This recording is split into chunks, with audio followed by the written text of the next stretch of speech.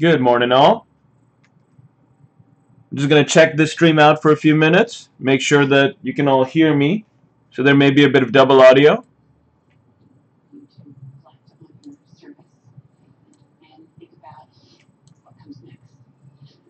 All right, let's wait for the Twitch ad to subside. Let's double check Facebook as well. I think Facebook sees me playing the Twitch ad. All right, cool. So I can hear myself on Facebook. That's good. What's up?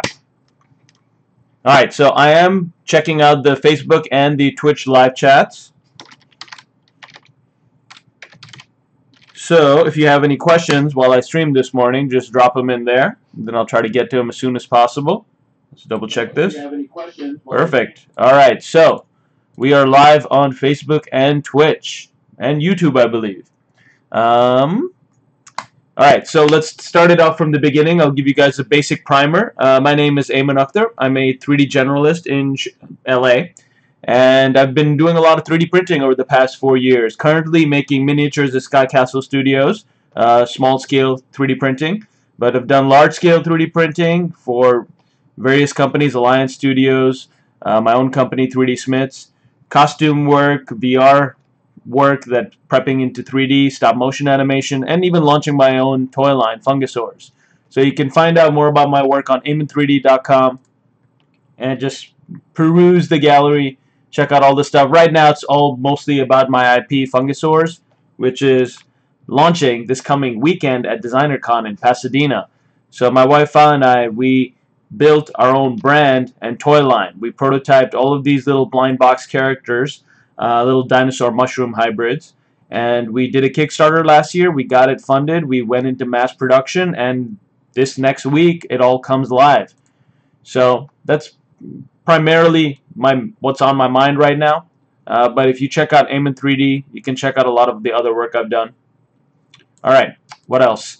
Like I said, Fungus Ores on my mind, so that's the site, fungusores.com. The store will be going live this week. You can learn more about all these characters that I've designed, all of them sculpted in ZBrush. Couldn't have done what I did, this 3D printing to mass production journey, without ZBrush and Formlabs in particular, the Form 2 that I use for prototyping. So yeah, check out Fungus Ores there. I've been taking them around the world and taking photos everywhere I go for the marketing, building up on Instagram. And that's Instagram.com Fungus Ores. A lot of exciting stuff happening recently. Working on the augmented reality game, and got the second character in-game. Beta should be coming out hopefully later this week. Just interviewed by the ZBrush podcast last week, the official ZBrush podcast with Solomon. Really excited for that to air, hopefully this week. And then I'll share the link with all of you. And now that I've got all the toys, I'm doing fulfillment. So that's the main thing with Kickstarter, is that, like, I got the Kickstarter funded last year. And then this year, I want to be doing the fulfillment ASAP, you know? A lot of times I've done Kickstarters, I've backed Kickstarters where people don't deliver, and I don't want to be that guy. I want to deliver. So that's happening. What else is new? So one cool thing, this past weekend, my wife and I, we went to our first pitch for Fungus Ores, and we created a whole investment pitch deck, because now we're at the stage where we did all the toys, we've got a solid app in production, but we need funds to actually grow it, grow the team, build the thing. So we made a whole pitch deck, and we pitched in front of a live audience, so that was really cool, and we actually got some interest, so I'm excited to see how that turns out. But we talked about what are Fungus Ores and the origin story. We talked about the Kickstarter and the history of it, history of the brand. We talked about the opportunity, because investors really, that's what they care about, is an actual opportunity. Physical toys with a freemium mobile game. So tackling both physical toy stores and digital app stores. Talking about the toy market, talking about the mobile games market being the fastest growing market. A blueprint being that we're not the first ones to do this kind of game, physical to digital game. Skylanders was very successful at it. Pokemon Go was very successful with their augmented reality app. So we're trying to combine both and talking about business models, hopefully leading up to more licensing and growing the following so that we can build this into something. Talking about the toy production pipeline, actually figuring out mass production, finding a solid factory partner that can do the quality that we wanted to hit, specializing in dinosaurs, and are able to scale. So that's really important because we made 16,000 toys as of last week. If you see on our Instagram, they're here in LA. So we have a lot of toys now, and which is what makes this launch at DesignerCon next week, this coming weekend, super exciting because we've been talking about it for 2 years, but now we actually have the product. Talking about the app and like all the stuff we want to integrate into the app, so basically needing to build a team in order to do that. Distribution opportunities, talking about revenue from independent stores, revenue from big box stores. This is all basic standard pitch deck stuff, but a lot of 3D artists don't think about this stuff, so that's why I wanted to show you. Because you can choose to keep working for other people, and you can choose to keep learning and growing, and we're focusing on your craft, which is incredibly important, especially in this industry. No matter whether you're in toys, games, animation, tech, startups, whatever you're into, you need to master your craft. But still, it's sometimes better to build your own thing as well. So basically, you know, we ended with our team and like our DesignerCon journey. 2016, you can see from the photo here, we premiered and showed off the unpainted prototypes, which is a lot of 3D printing cleanup. These are all Form 2 prints that you see here that I cleaned up all the supports for, primed, and then we sold them. And we did well enough, and people kept asking for the color prints, that in 2017 we launched the Kickstarter. And now in 2018, we've got the official toy launch. So, excited about the journey. Building the timeline for 2019 and talking about our team that we want to grow. So that was an exciting thing that happened this weekend, and hopefully, you know, I can spend more time on Fungus Ores. What else?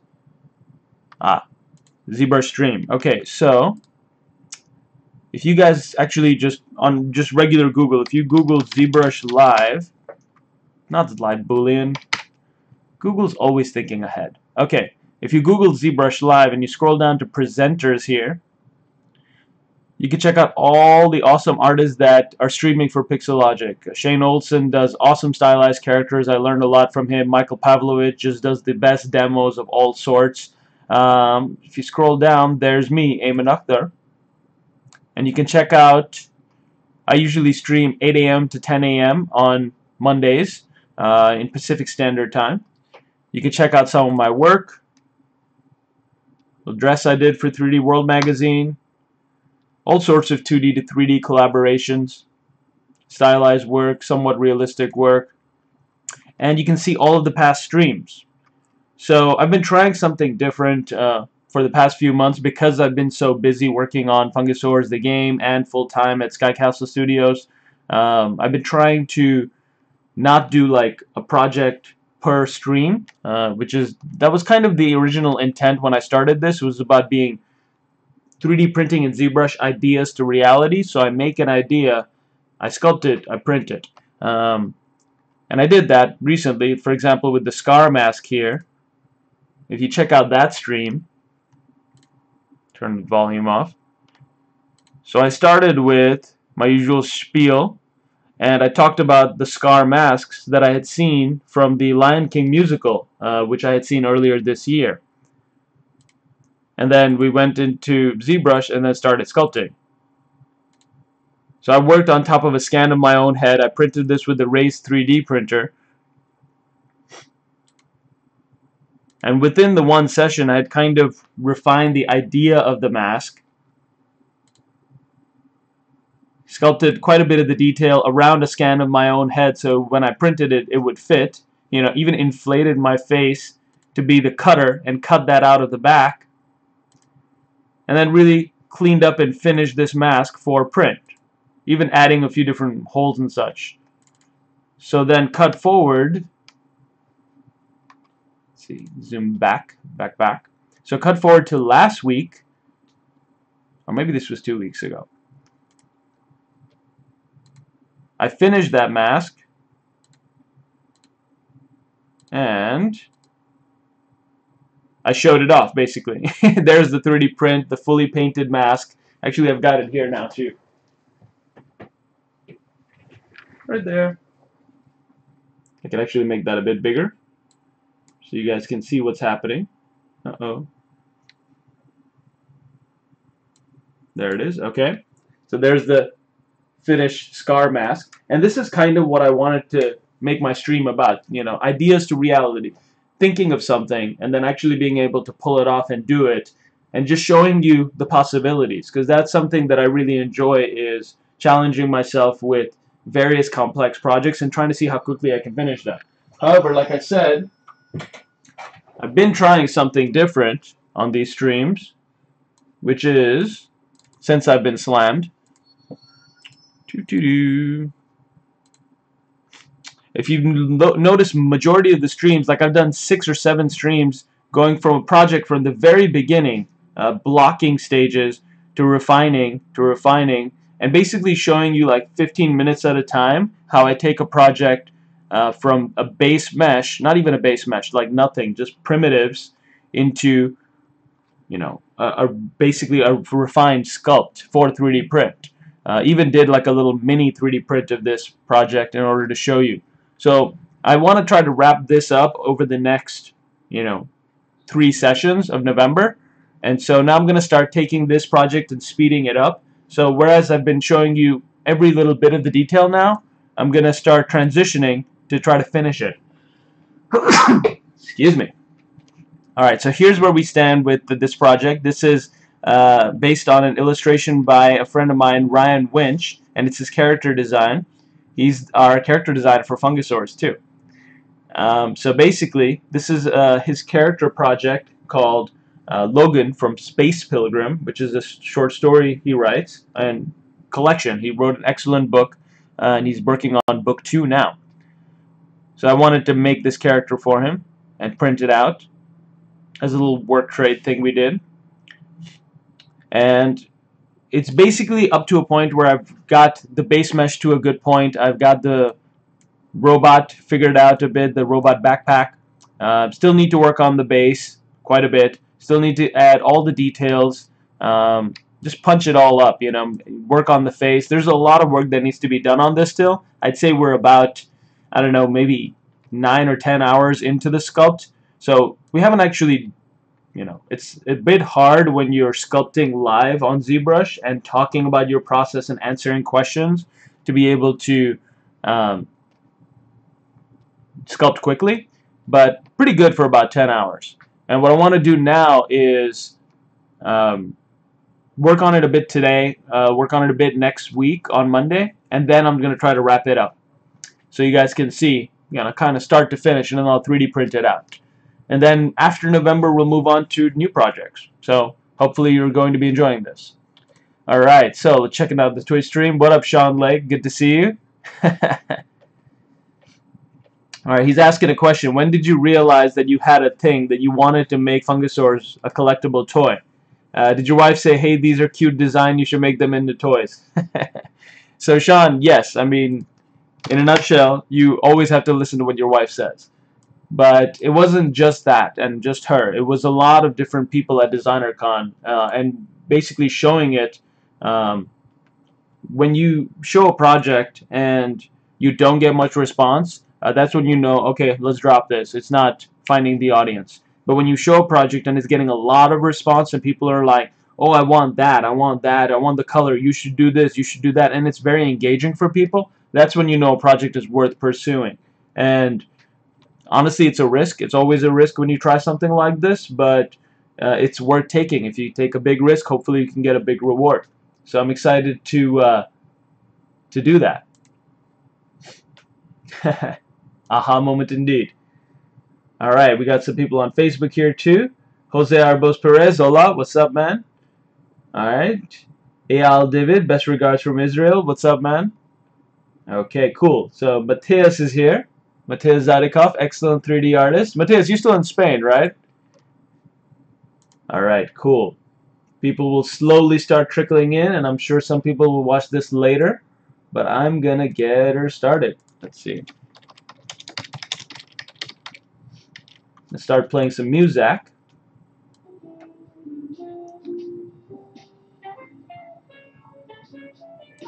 Keep it relatively low so you can still hear me, but I'm a big fan of jazz. Just went to some awesome jazz shows in Chicago, so that's what I like to play during my streams.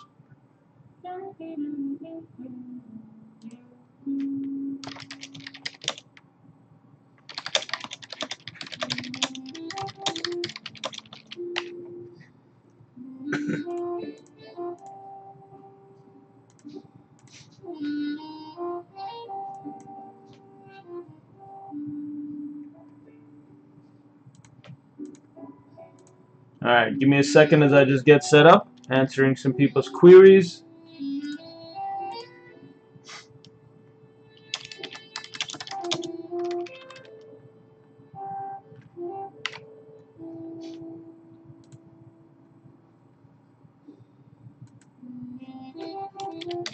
Alright, cool. Let's get this party started.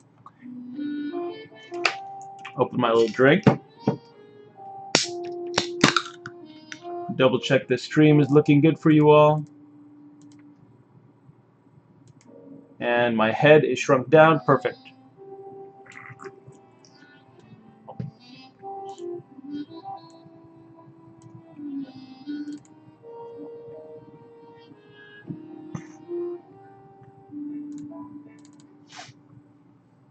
Alright, here's the concept art for what I'm working on right now by Ryan Winch. Logan Pilgrim, age 14. So I want to work on the base quite a bit still. I want to make all these rocks feel more rocky. Right now they're just all over the place, just kind of a mush. I want to add all the detail. His Space Pilgrim logo, I think I need to get his logo from him. That would be the best move. And the text that he's using here. Just adding some pipes and squares and cubes. That's doable. I can set that up right now. And you can see here's the younger version of the character, and now here's the older one. So a few things that I could focus on today is keep refining all of the components like I did last week, but you already got a sense of that, so I don't need to do that again. I could do hair. That would be a pretty fun project. Just doing the hair, refining some of the bits. So I think that's the main two things I'll try to focus on today. Setting up the base a bit and working up the hair. So I can show you guys how I make hair for 3D printing. Alright, let's start with the base then.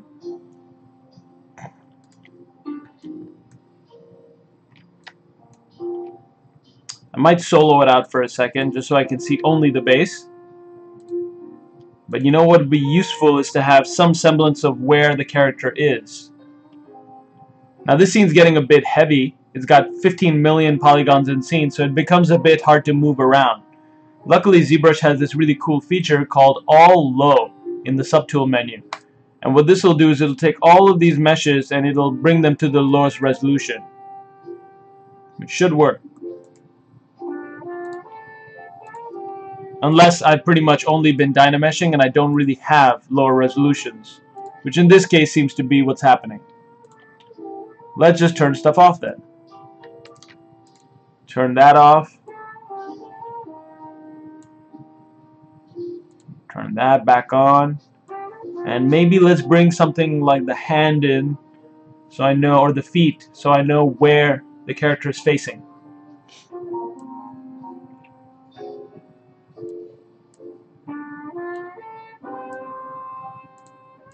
There's the character's feet that we sculpted up last week relatively quickly, making the soles and just the base shapes for them.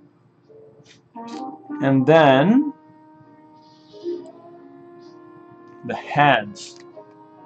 I'm looking forward for ZBrush to actually go ahead and release their folders, subtool folders, because that'll help me a lot. Hurry up, ZB. Alright. So I'm working on a Wacom Cintiq 27 HD. That's my rig over here.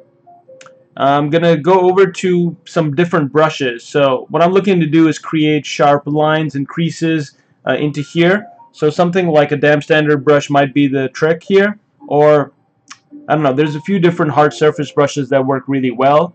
Orb Cracks, for example, if I just press O, Orb Cracks 2 is pretty good for making sharp creases and lines. Resolution is still pretty low on this, so let's divide that. There we go. So Orb Cracks can give me a pretty good line, and it can be a bit loose. So one thing you might want to do is increase the lazy mouse radius, and that makes it easier to make a sharp line. And if you think this depth is just not sharp enough, you could change the alpha. So try different alphas, or just refine this alpha. I'm going to alpha modify, adjust, and try to just increase the contrast a bit and see what kind of line we get. So you see now that's a much sharper line. It feels a lot more mechanical. Alright, so I'll do that, probably increase my Z intensity a bit. That's usually step one, is figuring out what your stroke is. Cool, liking that. And now let's just add some polish to this base. Then work up the bottom, the rocks a bit. Maybe I'll try some insert meshes for that. Yeah, just to kind of change up the scale and add a bit of variety.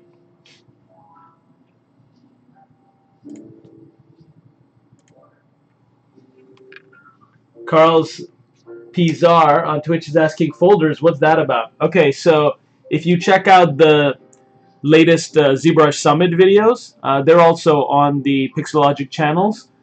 They demoed the new features coming up in the new Pixelogic ZBrush release, and one of them was subtool folders. So all of these things that, you know, right now I've got a lot of subtools that are kind of hard to organize. Pixelogic listened to their artists and implemented folders that you can drop these into and organize them. So I'm excited for that release, but it's not, I don't think it's here yet. Sean saying Peel UV is going to be amazing as well. Yeah, I'm definitely excited about that. The more I can do in ZBrush and not have to bounce back and forth from ZBrush to Modo or ZBrush to Maya, the better. Alright, cool.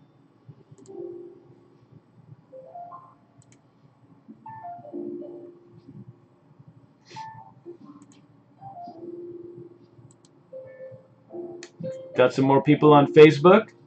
Characterland AG, what's up, man? Alright, cool. Sebastian Marquez. Can we see the actual 3D print of this character? Okay, now that's a good question because I've got so many prints lying about everywhere. I don't know where exactly he went. The 3D print that I have done for him is a mini print, so it was a very, very small print. It's not like a mega large one.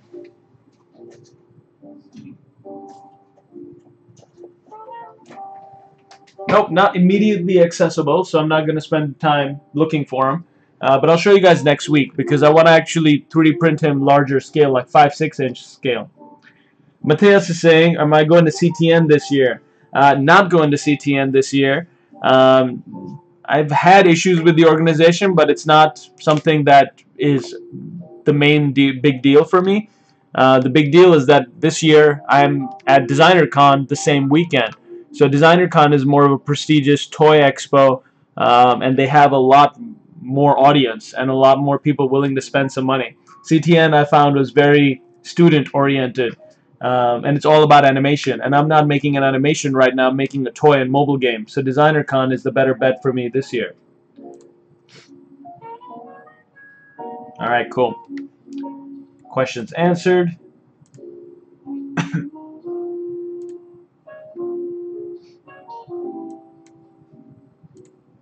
Let's get this cracking. So I've got the concept opened on the right hand side, my second monitor. Just going to navigate over to where things are happening and make my lines. So it looks like there's one right here.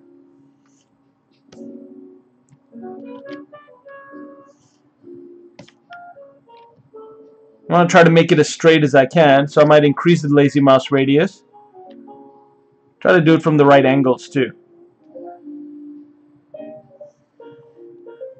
There we go. Yeah, increasing the lazy mouse radius just always makes drawing a straight line really easy. So all this area in the front is going to be dedicated to the Space Pilgrim logo. Alright, good. Then we want to add some features along the sides and the back. So let's go to the back.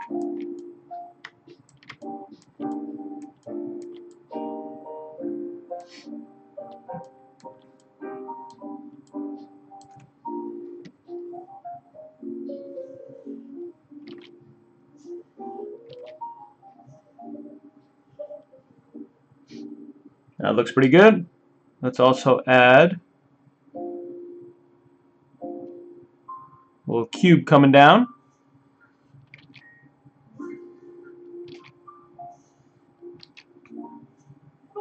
It's alright to have a few different strokes until you get the right one.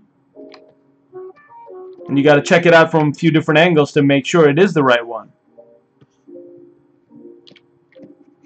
And always come in and fix things.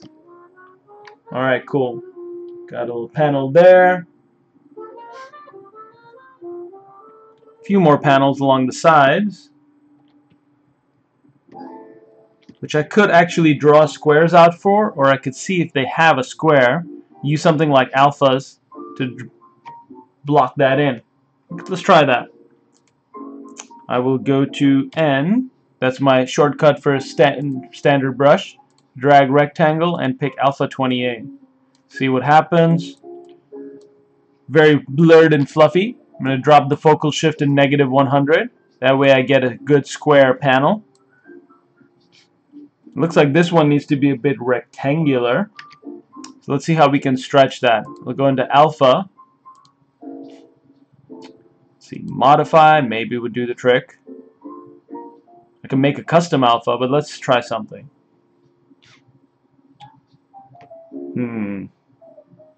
I don't know an easy way to squish alphas in ZBrush. I know there's got to be one, but let's just try to do some tiling.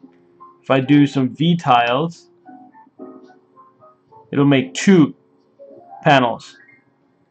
It kind of gives me what I want. If I only get the 1 panel. Now, it's not ideal. I'll make a new alpha brush for myself. The easy way to do that is to just switch to your simple brush, clear out the scene. Let's say I draw a cube then. Go into edit mode. Make it longer. That's what I'm looking for. That's about it. One thing I can do is make it a polymesh 3D, divide it a bit so it softens the edges. That's too soft. I think I may want to have SMT off when I divide in the beginning and then turn it on. So that just smooths it out a bit nicely. Then even go over it with my smooth brush maybe. Now this is a cube that I'm just smoothing. But if I look at it from a certain angle, just from the front say, with perspective mode turned off, I can just go to alpha, or I can grab alpha basically from the scene. A few different ways of doing this. Let's see here. Easiest one I recall back in the old days was the grab alpha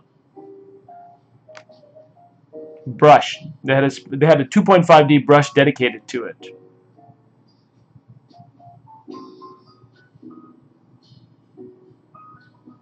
And of course I can't find it on a live stream.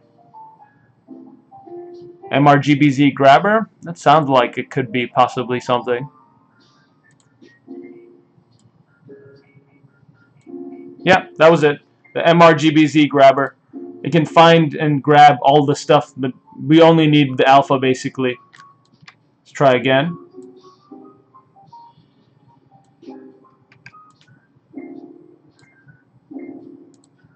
It looks to be working. Perfect. Okay. So now that we've done that, go back to our previous model. draw that onto the canvas, and I'll switch my alpha to some of the ones that I just grabbed. Now let's try drawing it, and here we go. We have our rectangle. So sometimes when you can't find the exact alpha you need, it's okay to build your own.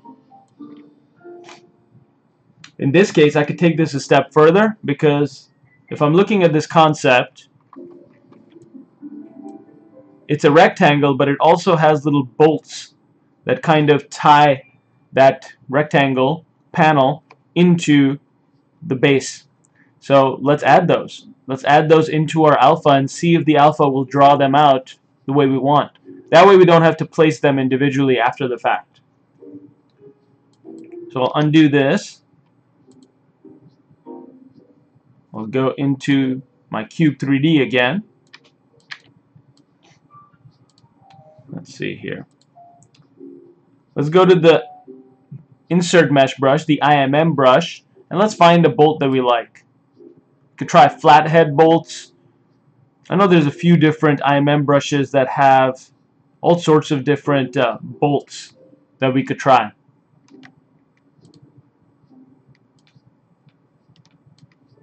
This is one I picked up from a site called Badking, B-A-D-K-I-N-G,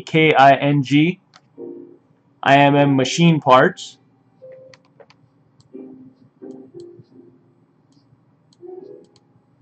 Let's try that.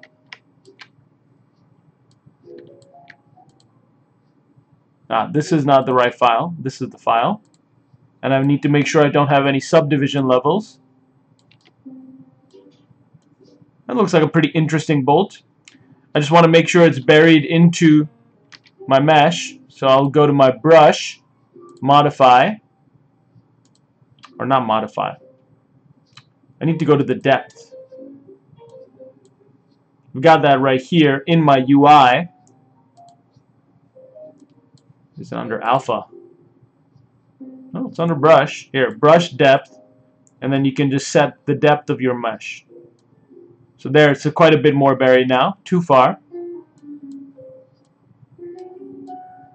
That's too far out. Yeah, that's perfect. Maybe a little bit higher. Okay, let's go with that. I'm going to draw those in. Just little tiny bolts.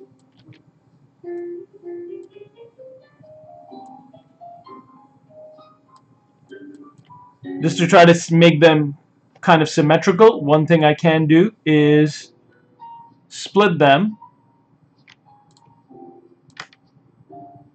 by just selecting only the masked ones. Split unmasked points. And try to mirror them over. So that's under Geometry, Modify Topology, Mirror and Weld. And there we go. Now we've got them mirrored over to the other side, so I don't have to draw them down again. I can also try to divide them, because right now if you zoom in, you can see that they're quite a bit, looks like I didn't even grab all of them. They have this edge along the back that I missed.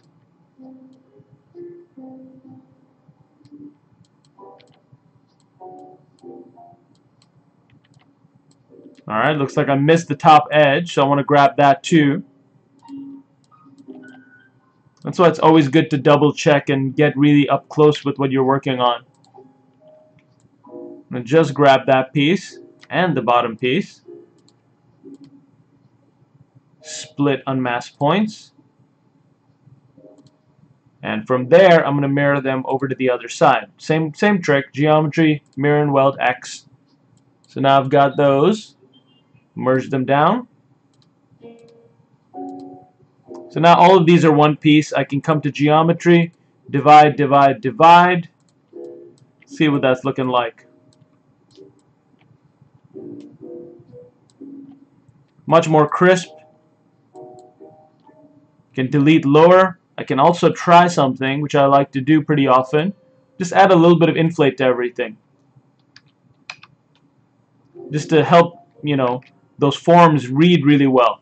Especially when you 3D print them and when you make things smaller, a little bit of inflation goes a long way. Alright, so got that. Let's merge these two pieces together. Merge down, merge visible, merge down. Alright, and now I'll try the MRGBZ grabber again and see what kind of alpha it gives me.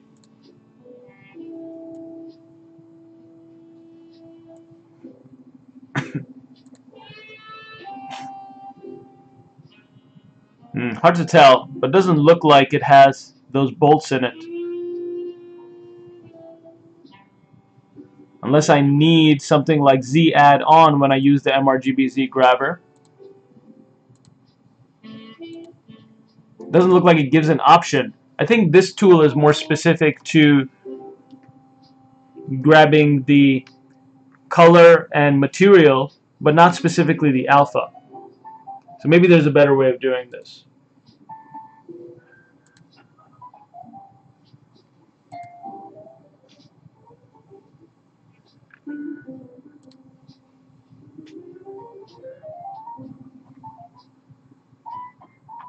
Alright, cool. Let's try.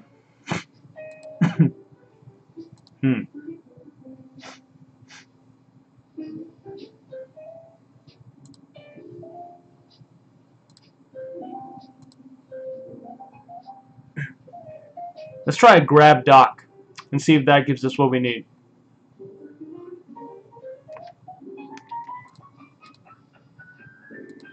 Go to alpha, grab dock. Nope, that's weird too. That's really strange. Oh, maybe because I had the MRGBZ grabber selected, it doesn't see anything in the dock.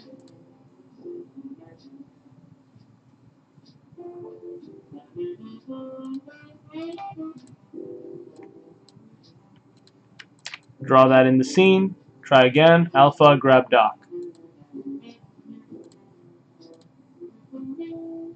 Now that gives us something really weird. Let me quickly look this up, so I'm not giving you guys bad information. Let's see.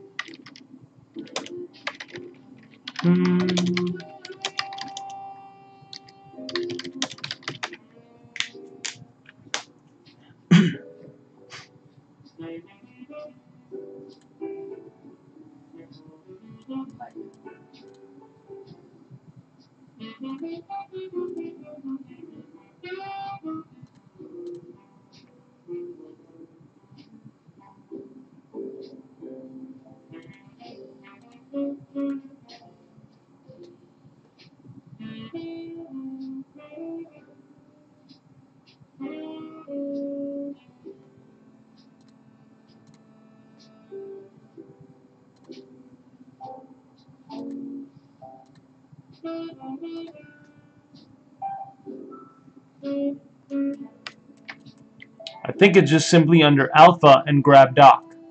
But for some reason that gives us a weird double line thing, which doesn't look right to me.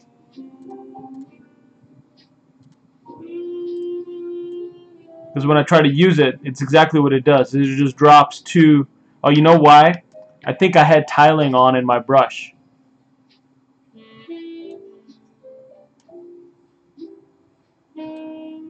Let's see. Under alpha,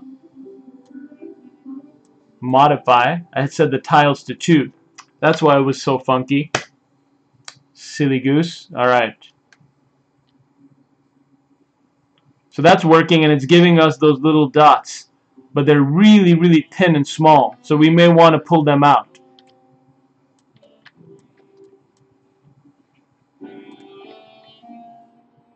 Easy way for that. Select everything but those. Kind of move them in. And move these out. That's good to refresh your memory on basics. Alright, let's try it again. Made a few little minor changes. Let's try to go in alpha and grab dock.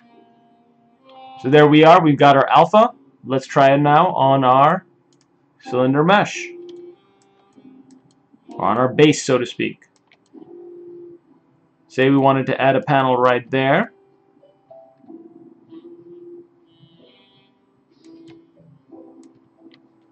It's too subtle. It's not giving me what I want. And maybe there's settings I could play with and tweak, but I don't want to figure them out right now on live stream. But that was grab dock, how you can do that. And I might try messing with that alpha again. See if I can increase the contrast to get a better result. But it looks like in this case I just need to increase the, increasing the contrast just kind of gets rid of it entirely. So what I need to do is just basically draw my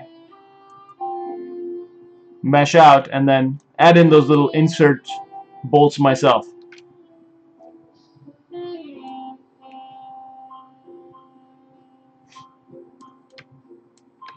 Also got to find the right angle to project this, because otherwise it won't curve around the mesh as well.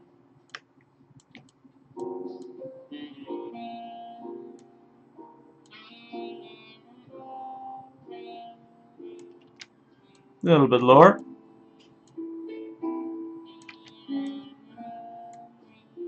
Almost got to be perpendicular to the direction of the face.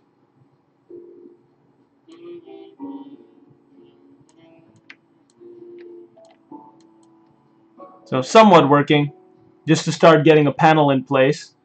Let me look at the concept again.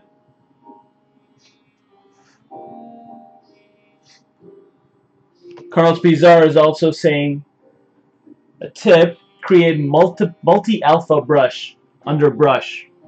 So you can create a brush with 2 alphas. That's pretty interesting. I can try that. Got Shane Olson joining here. What up, Shane? Thanks for joining. Got my cousin Ali here too. Hey man, what's up? How's Colorado? The snow. Some of the photos, man. Like, it snowed this week in Chicago when I was there this weekend. It reminded me why I left.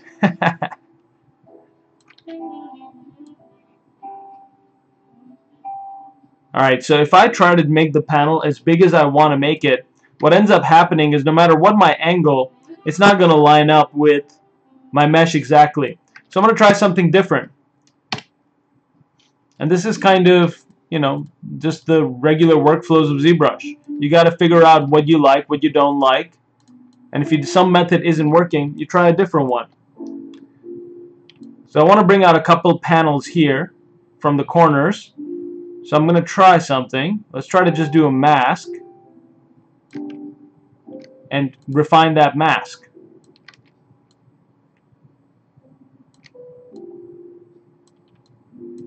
Yeah, I think that'll give me a better result. If I want to pull out a square panel, I can just basically mask it off and inflate it a bit. So I've got 3 panels, so let's start going around and making panels.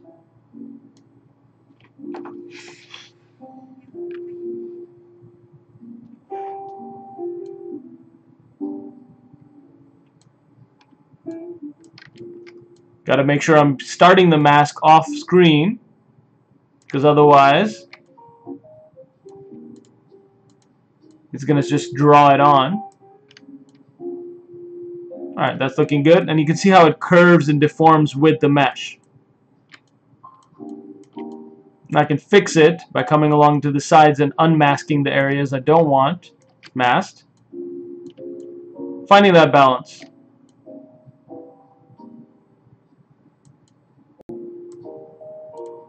And simply unmasking all of the area I don't want. Like, I don't want this panel to affect the top of the mesh at all. So I'll just erase that.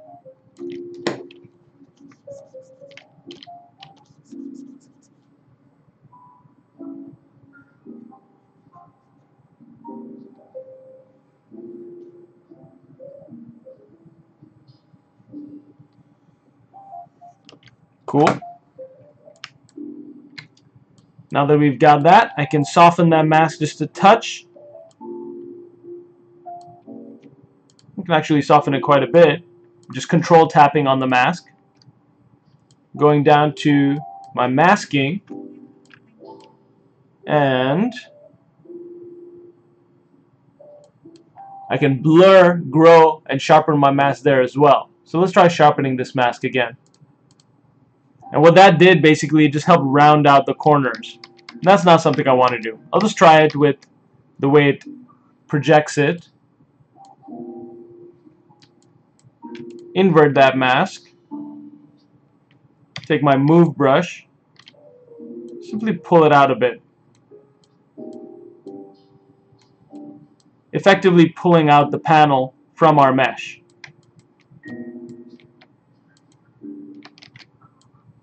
And the line it creates at the edge is pretty sharp and jaggy, so that's not ideal. Let's try doing a little panel loop there again, like I figured out last week, and see if we can get that mask edge to be a bit cleaner.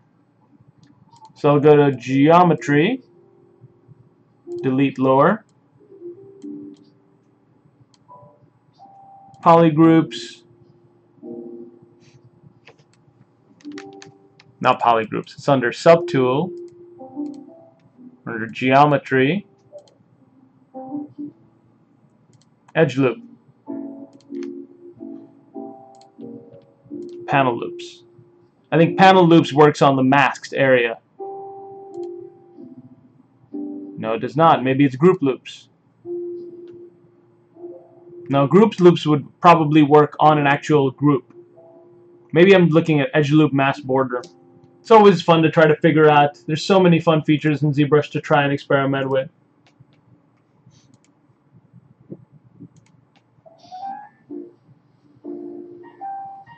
Looks like ZBrush is thinking very hard about the group loops here. I'm going to take a break, just take a sip.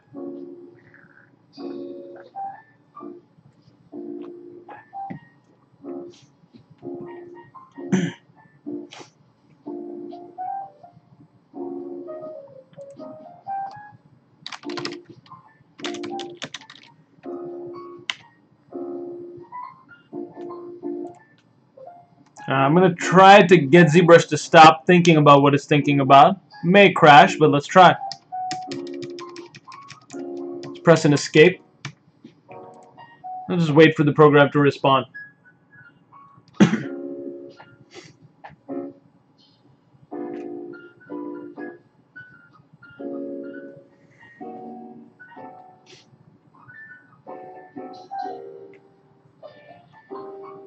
Alright, here we go, we're back at it.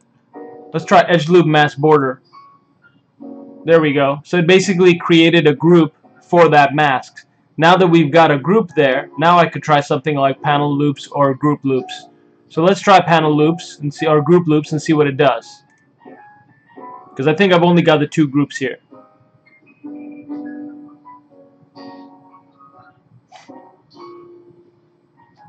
Man, Group Loops is really having trouble. It's thinking so hard about it.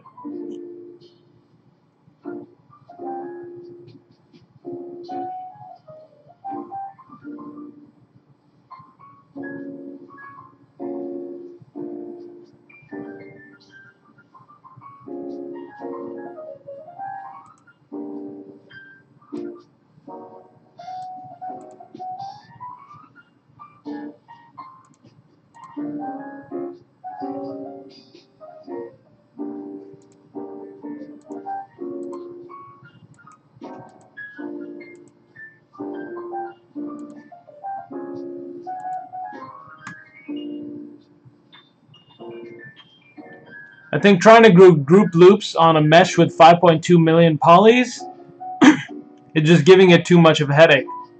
It just gets stuck on the polishing phase. But I know there's an easy way to just clean up the edge of this mask. But this time I could have drawn it out like several times. Alright, here we go. Let's see what that did. So that created that edge for us, which still isn't perfect. I wanted it to be more refined than that.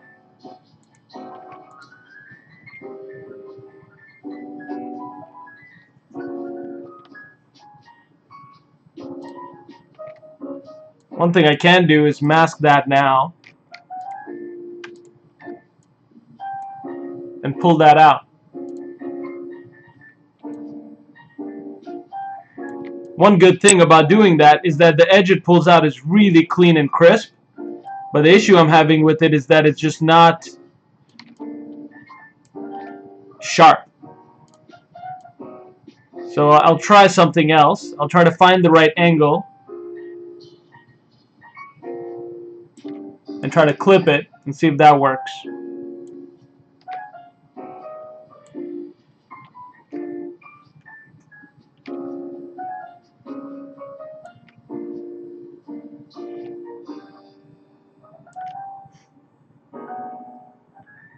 So with everything else masked, I'm just clipping the edges and seeing if that gives me the clean edge for the panel I'm hoping for.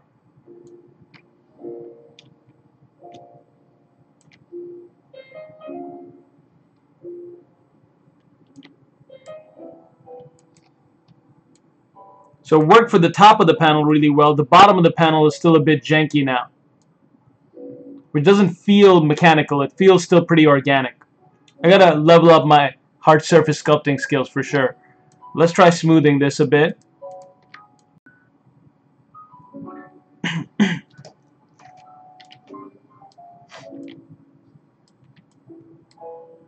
Yeah, it's just too janky. Doesn't feel right to me. I'm gonna find a better way of doing this. For now, I'm gonna just go back to my orb cracks brush and draw them in. Because at least that way we know what we're getting. I want to make my brush a bit larger.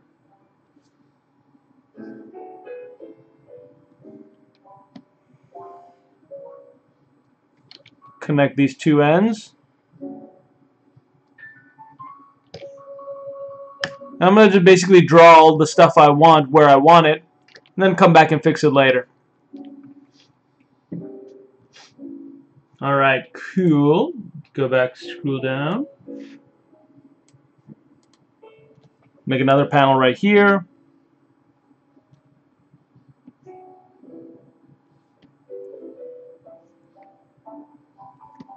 At the end, as powerful as ZBrush is, for me it's an organic sculpting tool, and that's what I like to do with it.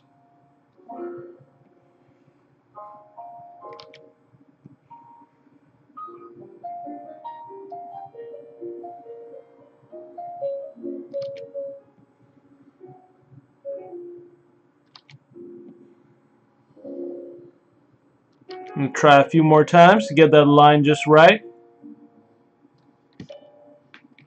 Cool.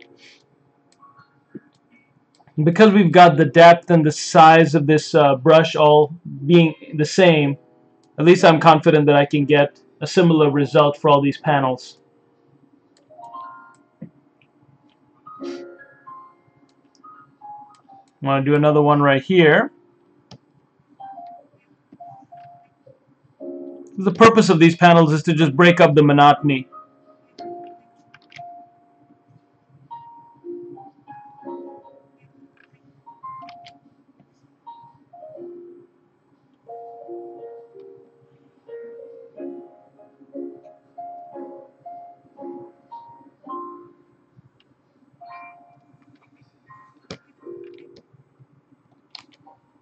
Redo that bottom one.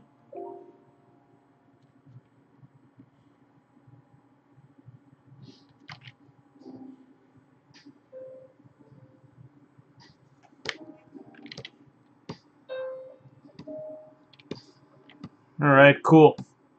Got those panels in place now. I'm going to go ahead and add some of these pipes and some of these other features that probably work best with insert mesh brush to make this base a bit more finished.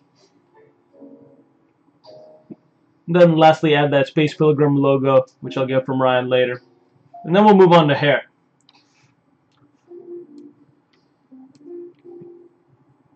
So those look like just pipes.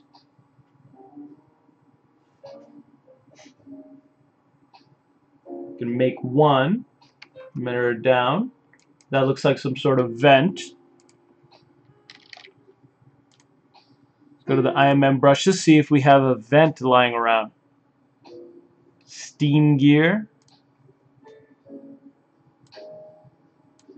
It's like a steampunk brush set, also from Bad King.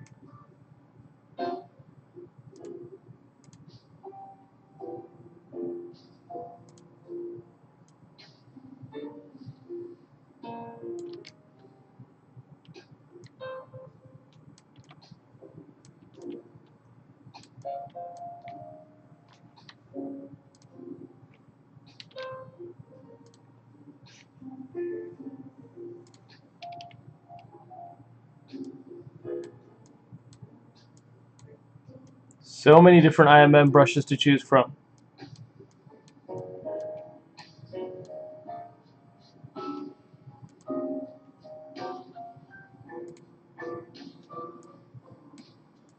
Machine parts. There's another brush from Bad King. This one looks like a pretty interesting little vent. But I don't know if that would read in 3D print. I want to find something that's going to be much more obvious.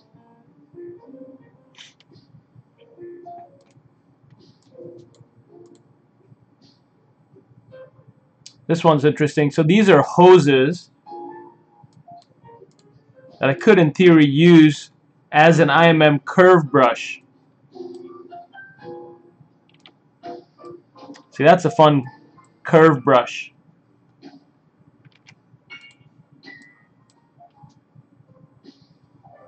And it even bends along the edge properly.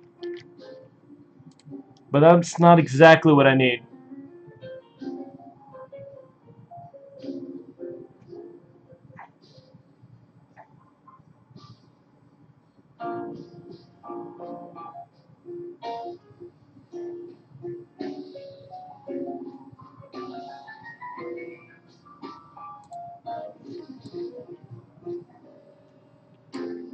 I think it'll be a two-step process. I'll work with the closest brush I can find, and then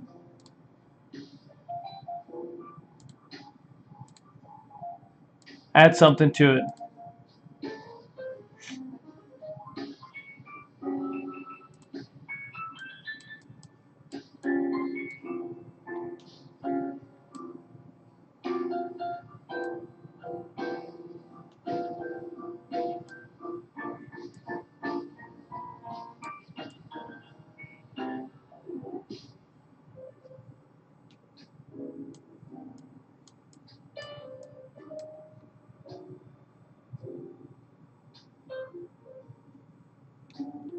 Alright, let's try some stuff. I'll go over to here to try making this vent.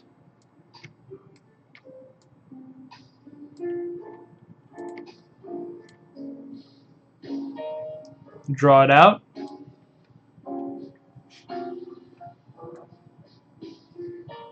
Go along the edge, move it down a bit so it's buried. Clip the top. Kind of gives me like my first layer that I want. Nope, too much smoothing. Then find another brush.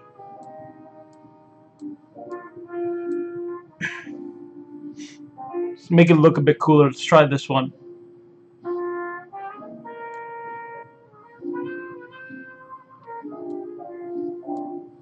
Looks pretty neat. Let's push that in as well. The good thing about the way IMM brushes draw out is that they orient the transpose brush right to that angle, which is really useful.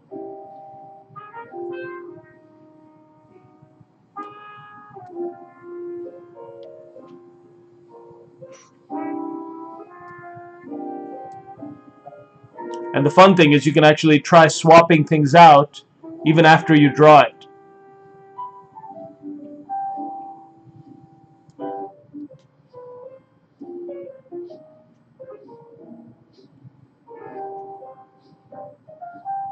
Fun feature in ZBrush I discovered recently.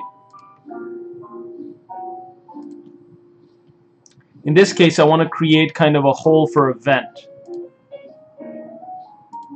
So it shouldn't look too gear-like.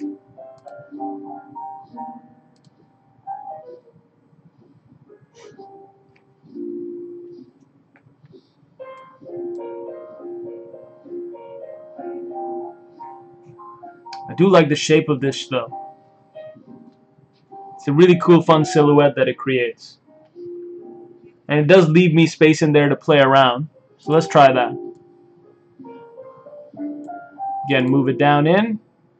Bury it a bit.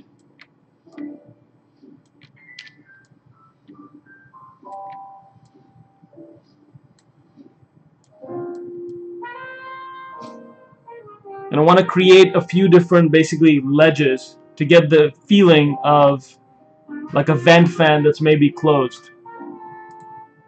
So let's go to simple insert primitives. Insert a cube in there.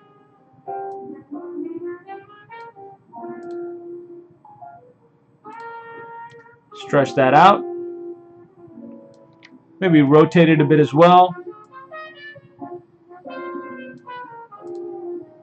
Move it up.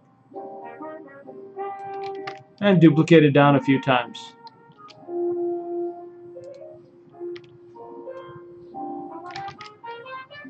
I'm going to split unmasked points.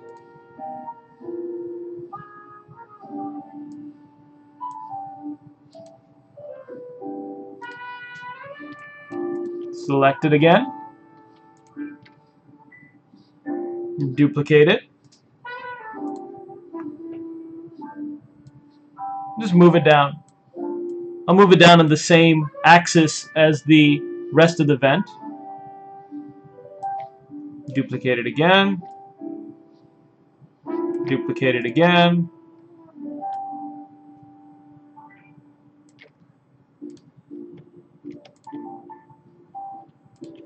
Just try to even out that spacing a bit.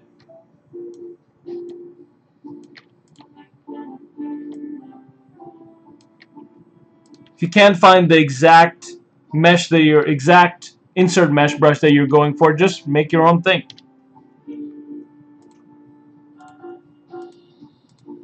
That feels like the vent I wanted. So I'm going to select all those. I'll go to Geometry, Dynamesh. Mesh it all. Not enough resolution there. I'm going to crank this to say 2000. Try again. Almost. Get 3K. Alright, cool. Then we'll clean up the edges. Clip it.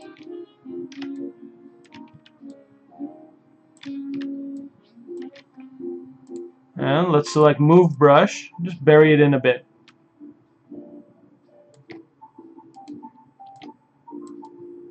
Alright. Fun little vent we've created. I'm going to go to this piece.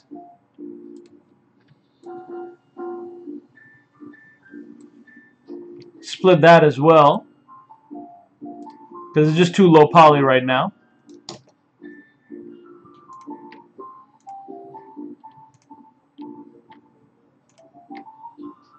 Divide it a bit.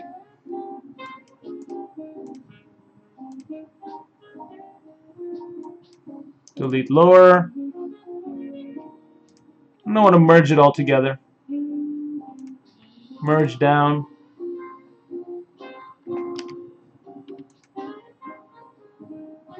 Whoops. I think I started dynameshing by mistake. As happens.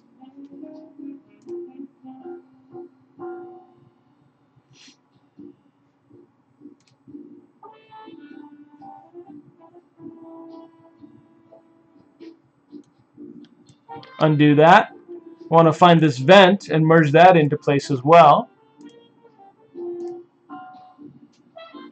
There we go. Unify all the groups. Cool. Got the vent that we want. And this back area in Ryan's concept is just a couple of pipes. Just to make this vent stand out a bit. Might scale it up. I don't know if you guys know this, but with transpose, when you hold control and drag it over another mesh, it'll select only that. And then when you hold control and shift and drag, it'll basically collect all the meshes. And it'll add to your alpha. You can go to polygroups, group masked.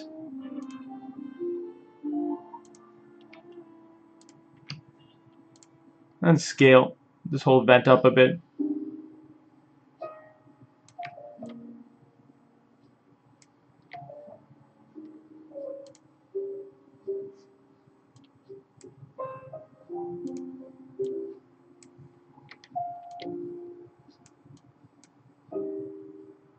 Just mess with the rotation and position of everything. Wanting to align those vent lines with the direction of this whole base, the angle of it.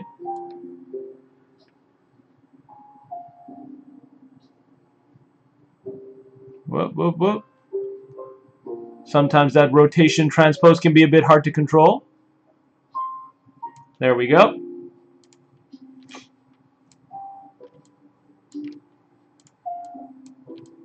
Alright, let's add these pipes now in the back.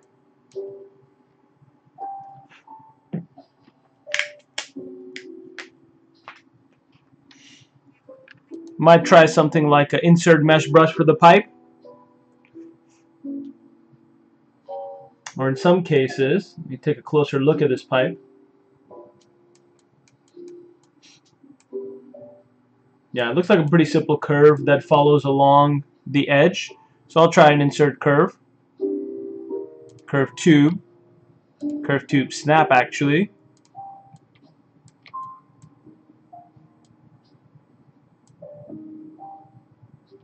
So that created a curved tube snap, but it's way too tiny for it to look like a pipe. Increase my draw size until I get that right.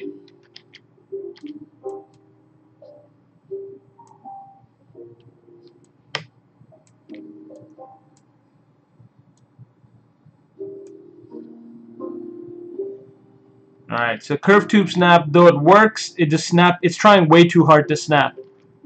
And I need it to not be that persistent, so I'm just going to try a regular curved tube. And that gives me just a cleaner pipe.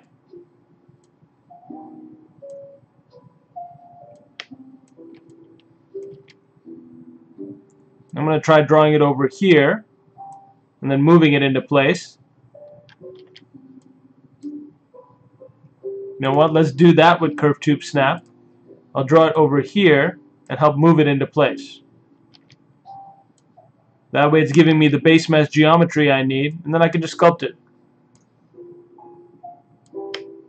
Perfect. I'll drop that. Then I'll move it over and then just sculpt it.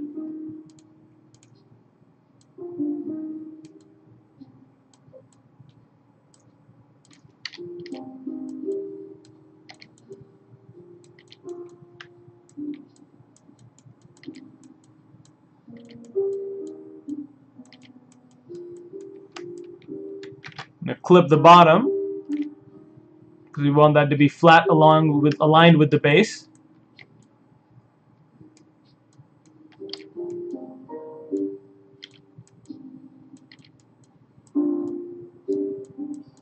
Make that pipe go into that pipe hole.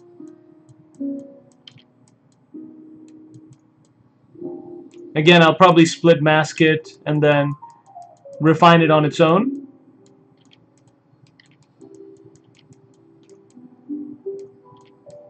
Add a bit more geo to it.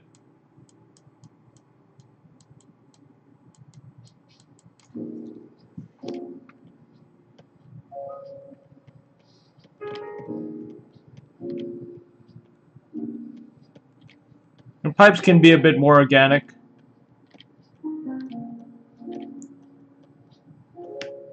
Depending on the material they're made of.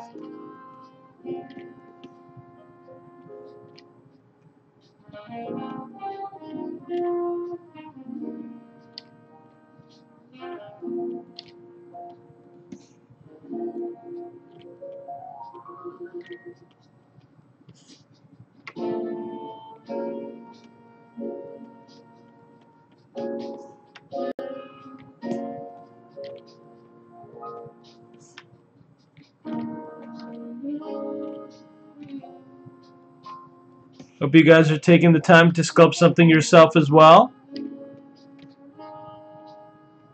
It's kind of what I hope these morning streams are like. It's nice to sculpt in the morning. And before you start the day and working for other people and working on all the projects that are going on, just take some time to sculpt. I gotta work on my Bob Ross voice. Make it really nice and soothing. Encourage all of you to do it. Sculpt with me. Alright. Once that's done, I'll split on mask points. And now that it's on its own, I can divide it a few times. It's already looking better. Always better to sculpt a little bit as low poly as you can before doing something like this. I may still want to pull it out so it feels more like a pipe. But remember, I'm trying to make this 3D printable, so I want to make sure all of this inside space is filled.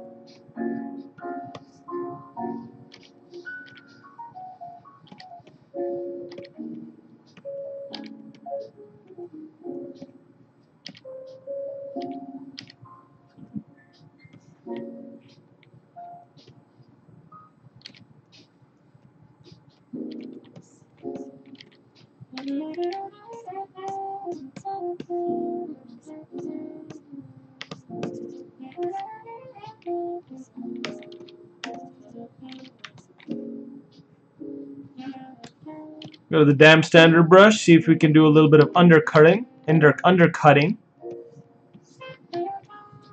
see here. Solo mode.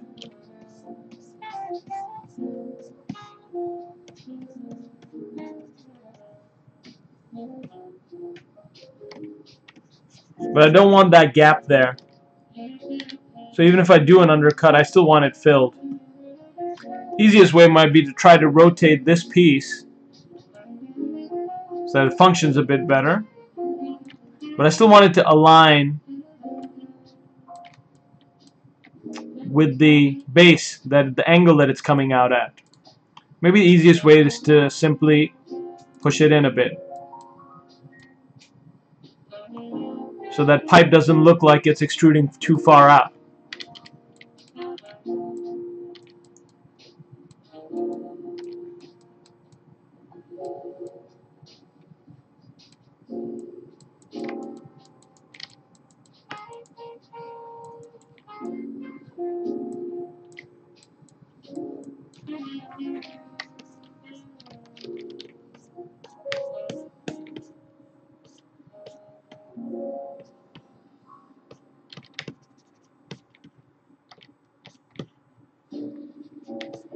Alright, 9:15 right now. We should switch gears and start sculpting the hair soon.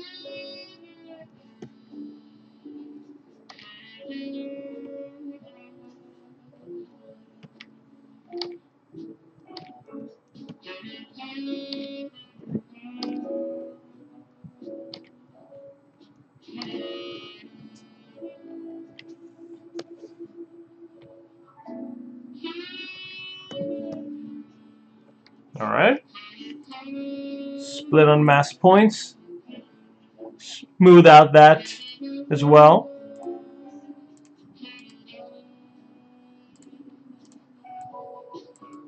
Cool.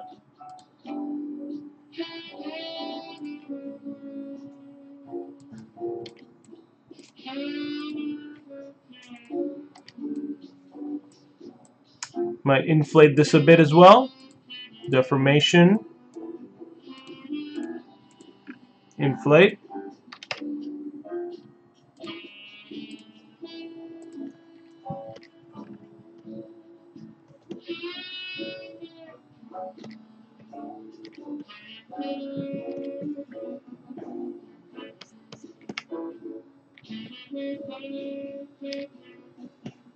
I'm just making sure it's looking good from all the angles. Trying to make it look more mechanical too, lining up with the base a bit better. And we can end by just adding a bevel at the bottom.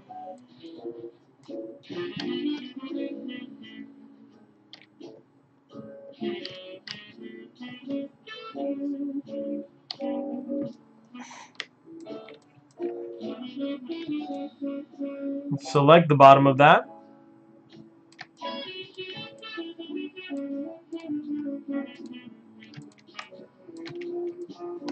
First things first, I'll clip it again. Then select the bottom.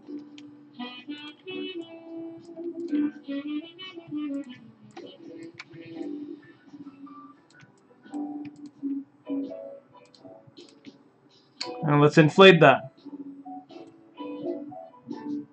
Move it up.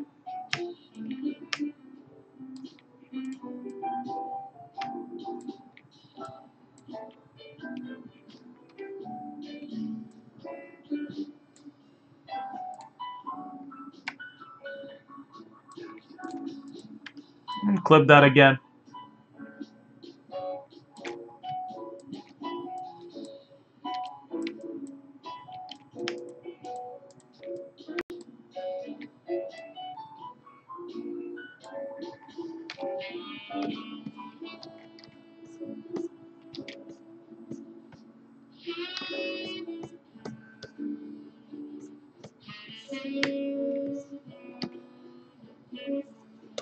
We'll take a trim adaptive brush also and just tap the bottom of the base. That way this will be in line with the bottom of the base there.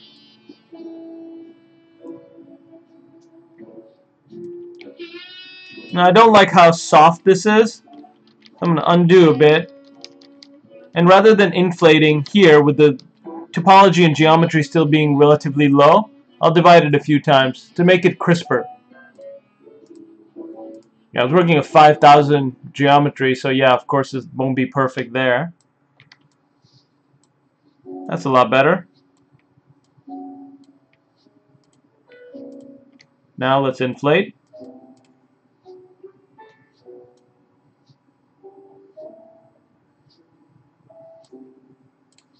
Move it down a bit. Clip the bottom. Do that same trim adaptive trick.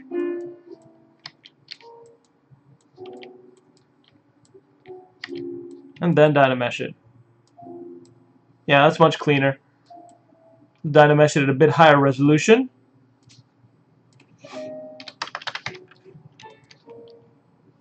Alright. So there's the pipe. Let's add another one. The easiest way to do that first is to just merge all of these pipe components together. Merge down. There's our pipe. Duplicate that. Move it over. Sometimes adding complexity is just that simple. Just adding two of something.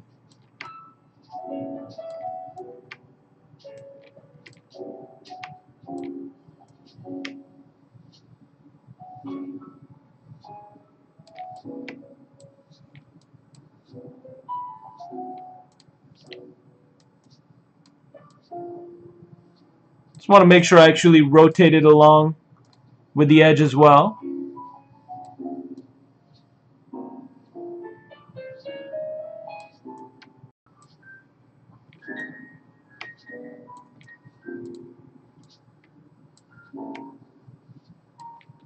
And we'll do that trim adaptive trick again, just to flatten it a bit. Looks like we got a bit of strange rotation happening. It's the angle of it all.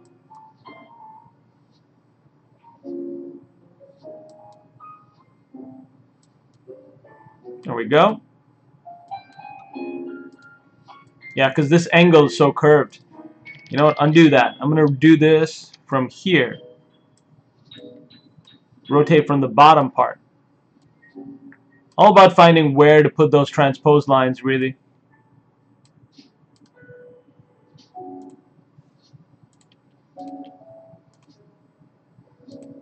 Right there.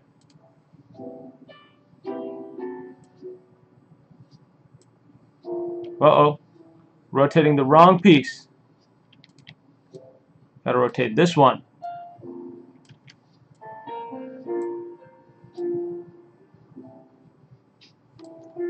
That's funky.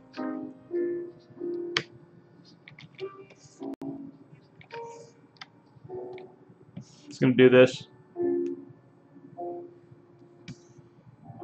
check it. Much easier.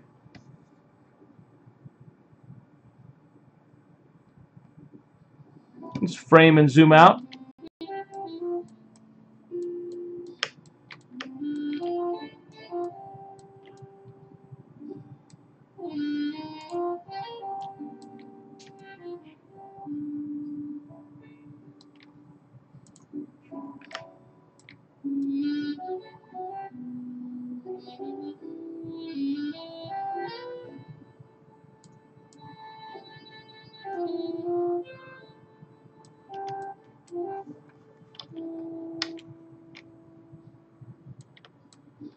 So working at an angle sometimes can be a pain. Just trying to find how to make these things as similar to each other as possible as I move them. So just got to bounce around from a few different angles to check. Alright, that's looking clean. So I did some panel work this morning. Tried a few different hard surface tricks to refresh my memory on hard surface stuff. Definitely need to practice a lot of those more. I'll have to add the bolts, refine these panels, add that Space Pilgrim logo, and then I'll need to actually work up all of this base itself. Because right now it's all just kind of a mush, like a quickly done base sculpt, and I want to actually make it all clumpy, kind of like Ryan's concept is, which looks more like a series of rocks. So it's a very rocky terrain as opposed to mine right now, which is just kind of ground. So to make it rocky like this, probably the best way would be to make a series of rocks, and we can H-polish to define them and then basically lay them out. So a few different ways I can think of doing this. The most fun way is to actually just do a Maya simulation where I make a bunch of rocks and let them tumble onto the ground. But kind of might be fun to sculpt all these rocks. So that's something we could continue today. Working on the base in about half an hour, try to make some rocks, drop them around, or work on the hair. What are you guys feeling? Let me ask Twitch and Facebook. You guys want to see me work on hair, or do you want to see me work on rocks? Hair or rocks? Hair or rocks? Cameron joined. What's up, Cameron? It is smooth music, isn't it?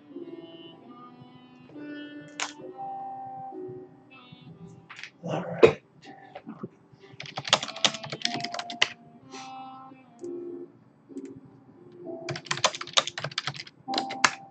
Alright, we got 1 vote for hair, 2 vote for rocks, 1 vote for boobs, because of course I could amass quite a large following, I imagine, on Twitch and streaming if I just sculpted boobs all the time.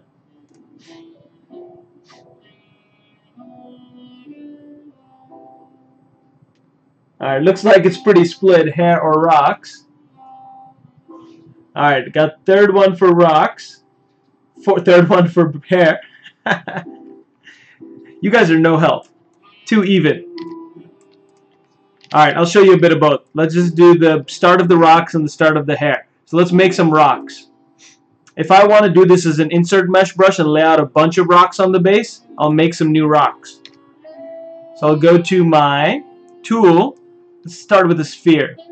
Go to edit mode, make it a make polymesh 3D, and I can try a few different things. I could try clipping, so just very quickly clip all around this to make it feel like a rock.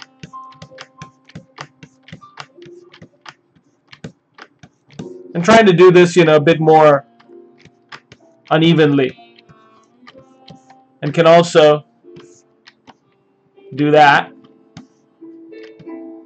And so that very quickly gives us the base of a rock.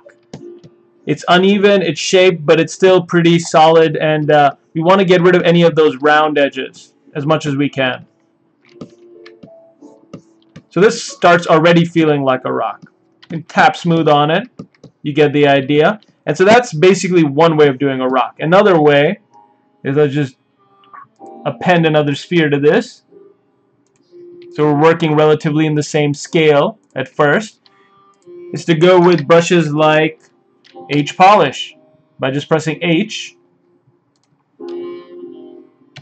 there's H polish, and quickly come hit with different angles to create the different rock areas, or rock planes, so to speak. It's a pretty simple sculpting approach, and it's similar to using even sculpting in anatomy. You want to define the planes before you define everything else. And this is just a bit more sculptural approach than doing the same thing using the clip brush. So there's two different rock shapes we just made. And the good thing about the H polish brush is that it'll expand any area that you were already started. So this feels a lot very quickly, a quick way to get a very faceted shape. And that's the start of it. So let's do another way. Let's append another sphere. This time let's do it with trim dynamic. Trim dynamic does something similar to H polish, but it's kind of very smooth. Like, you can actually create these nice round smooth parts, which you can't do with trim dynamic. So you can make a more lumpy and interesting rock than if you had only used H polish.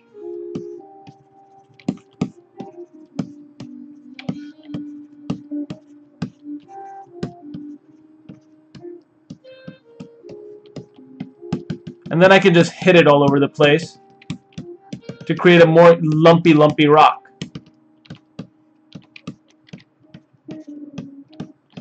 Go back in with pinch if I want. Really sharpen some of those creases, but not all of them. But it feels more rock-like this way. Boulder-esque.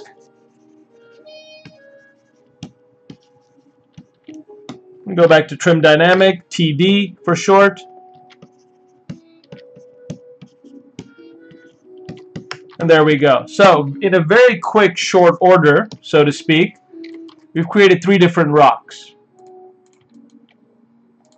Move them out of the way from each other so you can compare. So that first one was just the clip brush approach. The second one was the H polish approach. Third one was the trim dynamic approach. So 3 different rocks, 3 different methods, but very quick ways of starting them. Now that we've got the start, let's make them a bit more interesting than just shapes. I'm going to select all 3 of them. For now anyways.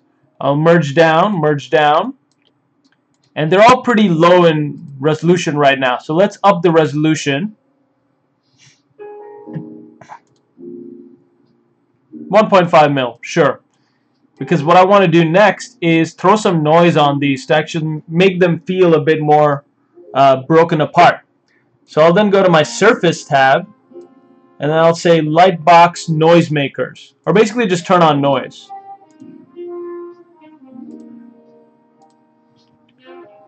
Because there's all sorts of different textures you can use to grab and drop onto your noise, or drop onto your models. In this case, I'm going for something rocky, broken apart, kind of like this one here. Let's try this.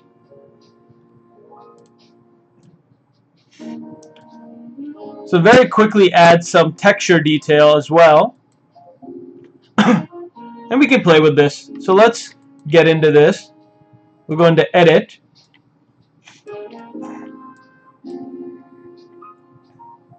And we can choose how we want this mapped on as well. Because right now I think it's just projected based on like the angle that it chose.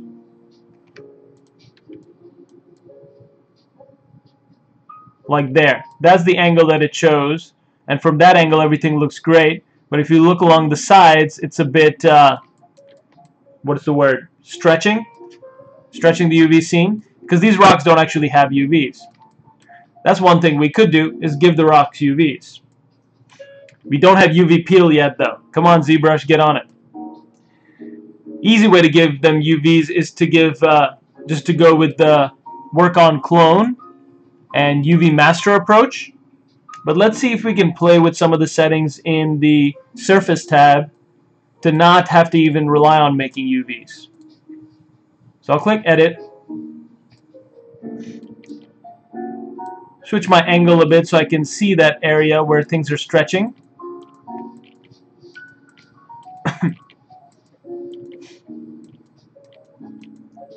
And see if we can do a little bit of offsetting.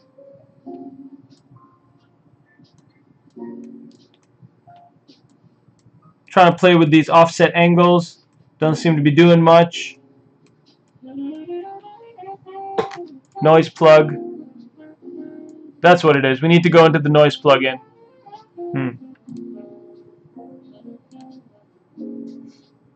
That's funky. It kind of got rid of all of the nice stuff I had going on. Well, the noise plugin basically gives you all those same options. I just have to remember which one it was. Granite, I think. Erosion? Well, in any case, you can see all the different options you have to start working on rocks to make them more dented, more messed up in general. Marble is interesting. We can really make this look like a really cool space rocks. But what I'm looking to do is just add a little bit of noise and cracks. So let's start with speckled stone. And you can see that lays it out really nicely on top of it. So I'll click OK. And that's step one, is to just kind of add a little bit of noise to everything. Click Apply to Mesh, and then it'll apply it to your mesh. And we can continue working. Now let's go back to this. Apply a bit of these cracks. And now we've added those cracks on top of our mesh. We can adjust the amount that we want this to happen as well.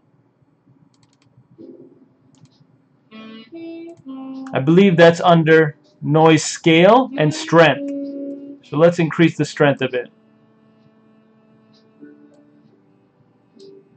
Okay. And then apply. Now those cracks are a lot more obvious. I can still tap smooth to soften things up and focus on that large detail. Now a lot of those, the projection side, those stretching, doesn't bother me once it's actually on the model, because now it actually looks like a rock formation kind of streaking, not a mistake kind of streaking. So there we go. We've got 3 rocks now that are pretty nicely textured. I can go to Z plugin, Decimation Master, and decimate them down, because 1.5 million polys is a bit too large. But I'll decimate them down, and then we can edit them, create a few more variations, and then have like 10 or so rocks that we want to start laying around our base. Alright, Jay Murphy is saying, do you have a personal Twitch channel? No, not yet. I've been only trying to do ZBrush streaming just to get the hang of streaming and figure out what kind of content I like to create, what I like to work on. So obviously, as you watch me, you're watching me grow in this medium and try to figure out what I want to show and how I want to show it. Once I've done this a little bit, then I might end up opening my own ZBrush, my own stream, but not quite yet. It's hard to find the time.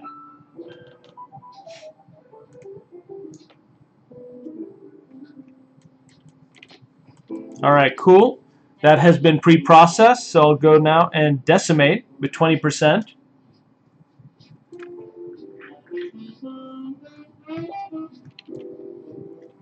So 20% decimation. They're still pretty high poly. Let's try doing it at less, 10%.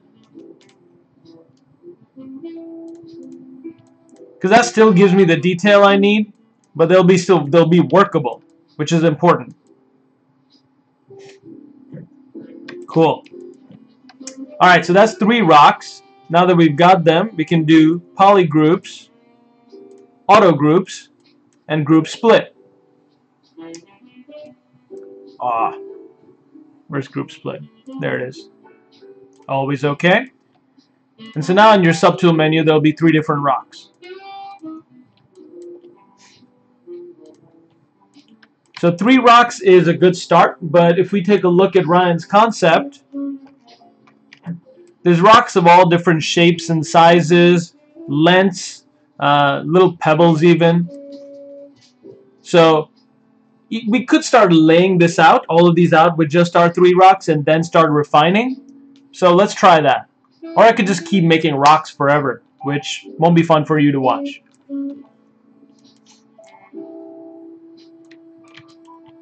I'm going to put all 3 of them kind of relatively on top of each other, just so they're all in the same relative area. And I'm going to create an insert multi-mesh. And what this should do, in theory, is create an insert mesh brush with all 3 of my rocks on 3 of their separate subtools. Here we go. So there's our insert mesh brush with 3 different rocks. Let's go back to our base, our base of the base. And now with our insert mesh brush selected, we can start dropping them on. Now as you can see, by default they'll drop pretty high up off the base and kind of be floating. I don't want that. I want them to be all buried a bit.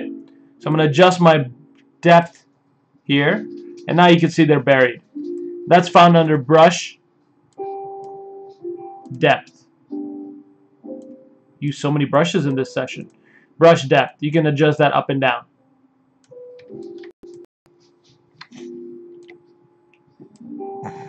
Alright, so I'm going to hide a few of these pieces just so I can start laying out the rocks more freely.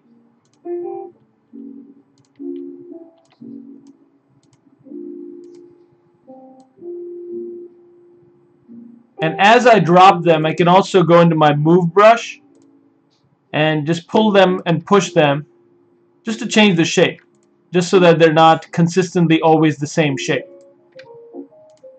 Also, the bigger I make them, I also want to make them flatter. So those 2 are the exact same rock, just with slightly different treatments.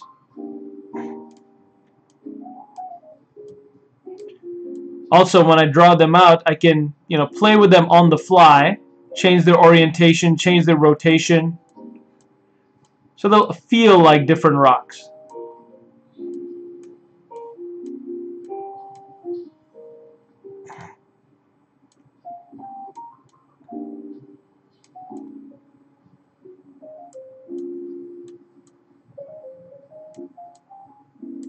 And also have them kind of penetrating through each other, which creates that effect that I was going for.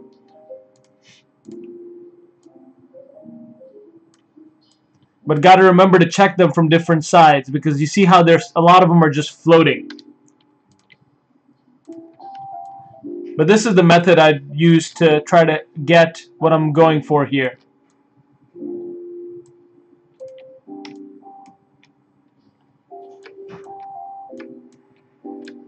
Whoop.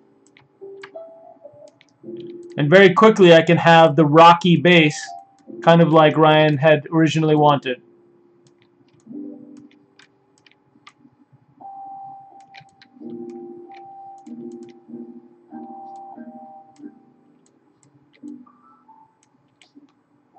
So you can see a little bit of that clumping. That's what we're going for.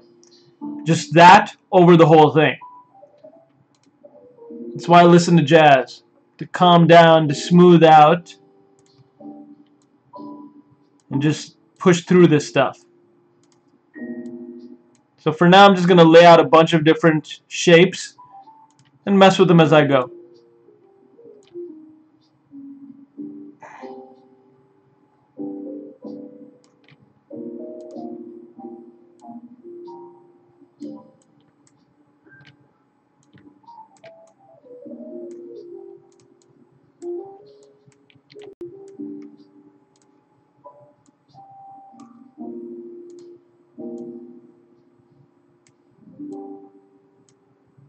Create some really small ones, create some big ones. Add that variation which will make it entertaining or make it look more organic. If something doesn't work, just undo.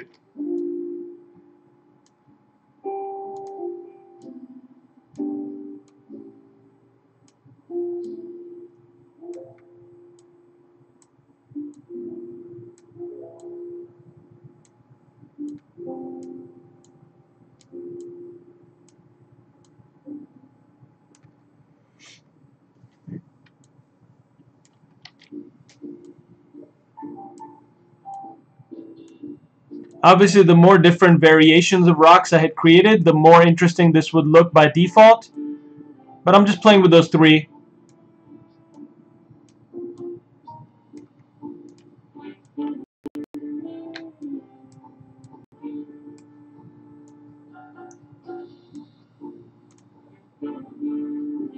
One cool thing is you can actually switch out the rocks in this menu up top here while it's open.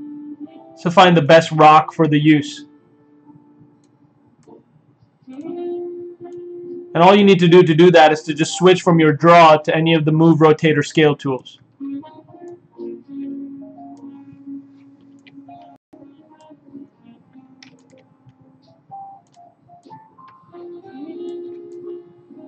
Alright, so just working like that, I'm going to fill out the whole base and have a rocky base in no time.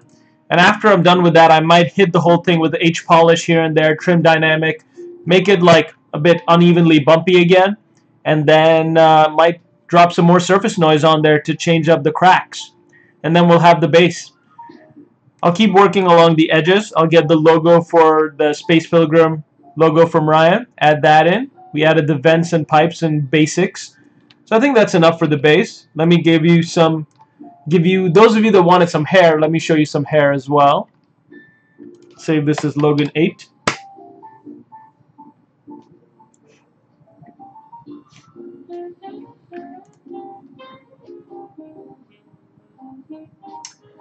Tech PT is asking on Twitch, ZBrush newbie here, how do you clip? Okay, so the way to clip is in any of your brushes while you're in draw mode, say, move brush or smooth brush or standard brush. If you hold Control and Shift, it'll switch you to the clip curve brush. So whereas you'd normally be, a normal brush would just move. When you hold Control and Shift, it'll switch to the clip. Now if it doesn't say clip and it shows something else, you can come over here and change it, because it might by default show you this Control Shift for select tool, and that's for hiding different parts of your mesh. So if you want to switch to clip, go from select rectangle to clip curve, and now you've got the ability to clip. So hopefully that helps. Cool.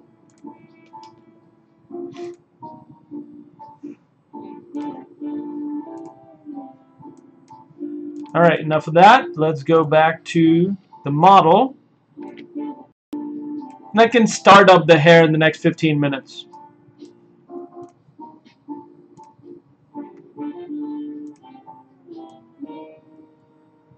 This whole model is so much in flux that I don't mind bouncing around.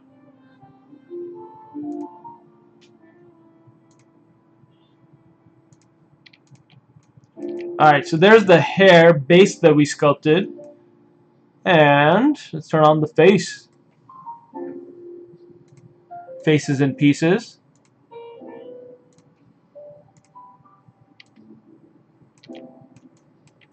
There's our character's face.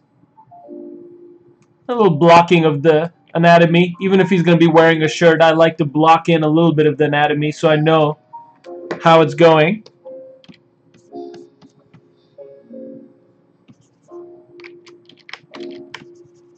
Let's smooth out that edge of his face. Still have to sculpt and refine his facial features here. Not quite happy with all these planes. But we are trying to create a pretty square looking character. Or square face, square jawed. Just generally square character.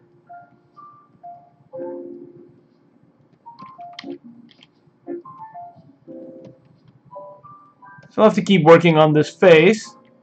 But right now, Let's do a quick pass on the hair.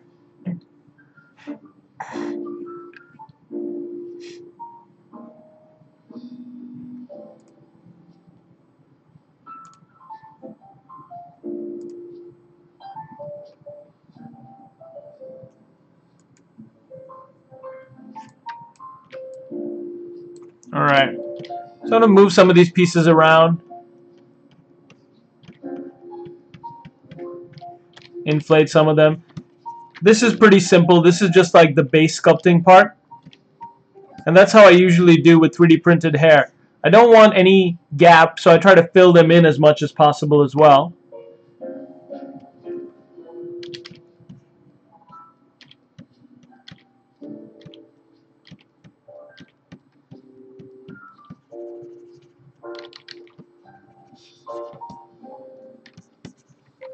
And I like to use Dam Standard a lot for sculpting hair.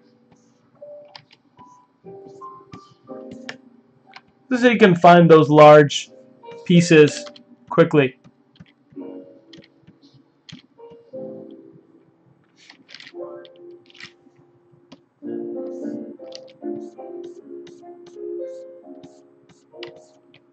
So I'm using Dam Standard, and as I sculpt, I'm also pressing Alt time to time so that I can dig in or make a sharp point, like a crease.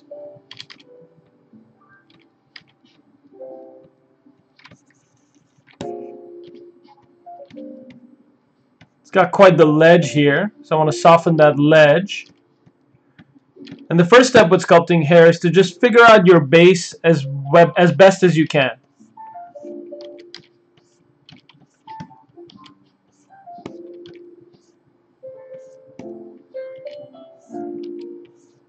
Now I don't want it all to be just straight lines upwards either.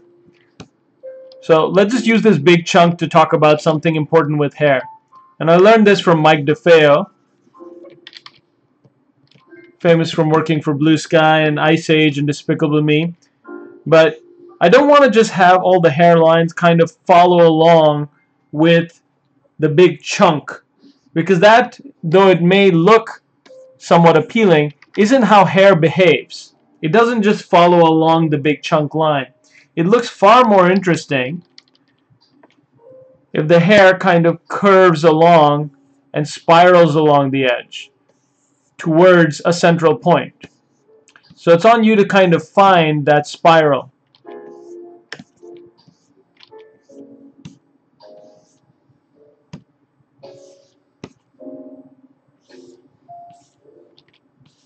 Because that's actually how hair would actually behave. More spiraling.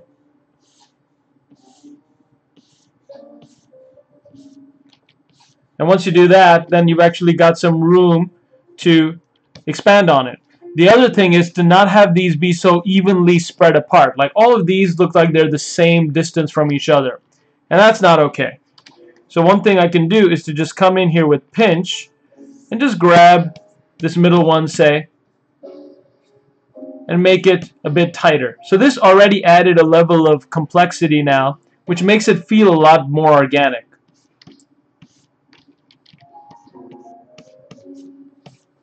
So alternating thick and thin, for example. That's a great way to do hair. And then, back in my Dam Standard brush, come in and just sharpen some of these creases and ledges. So not all of them, obviously, but just a few of them.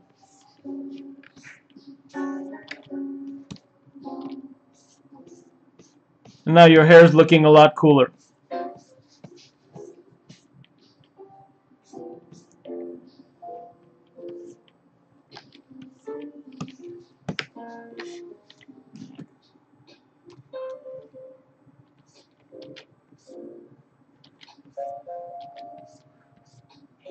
Often with hair, it's just a matter of trying a few different variations, seeing what you like.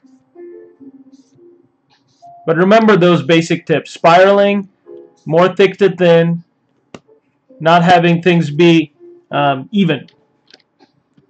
evenly spaced out.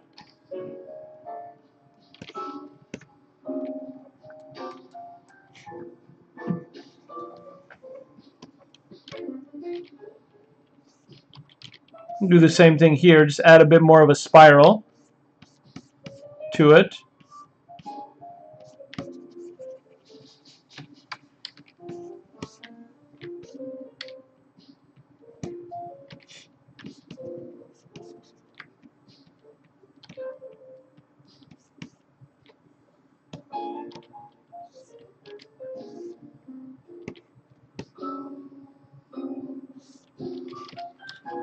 So the spiral doesn't have to go in the same direction as the other spiral. I could also do something completely different because it's a different hair strand.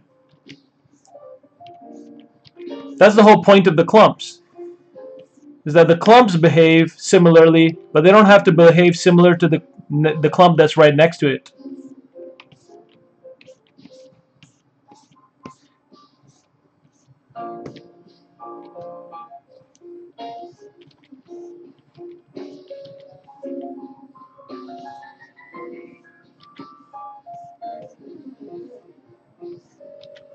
So using those same principles, just coming in and refining this. And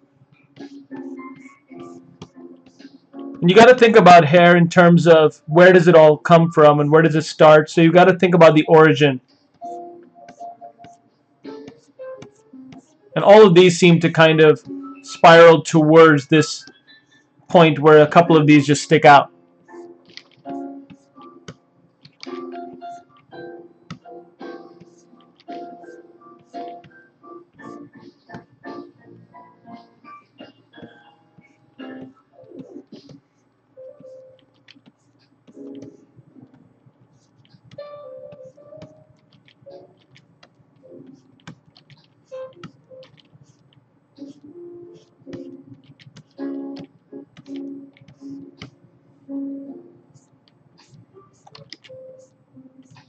I'm not pulling a lot of thin strands of hair out because I do want to keep this 3D printable. But that's basically how to sculpt the base of the hair, and I'll have to keep just doing that over and over and over, finding the different spirals, the direction of them, making sure I'm not making them all these points evenly spaced out.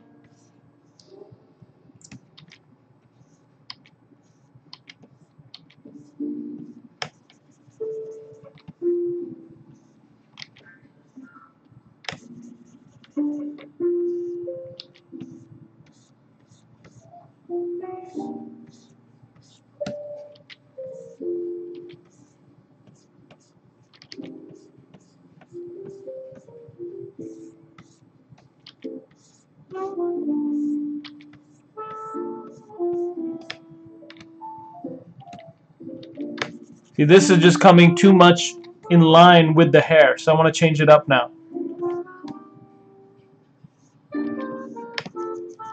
Maybe have this one spiraling this way.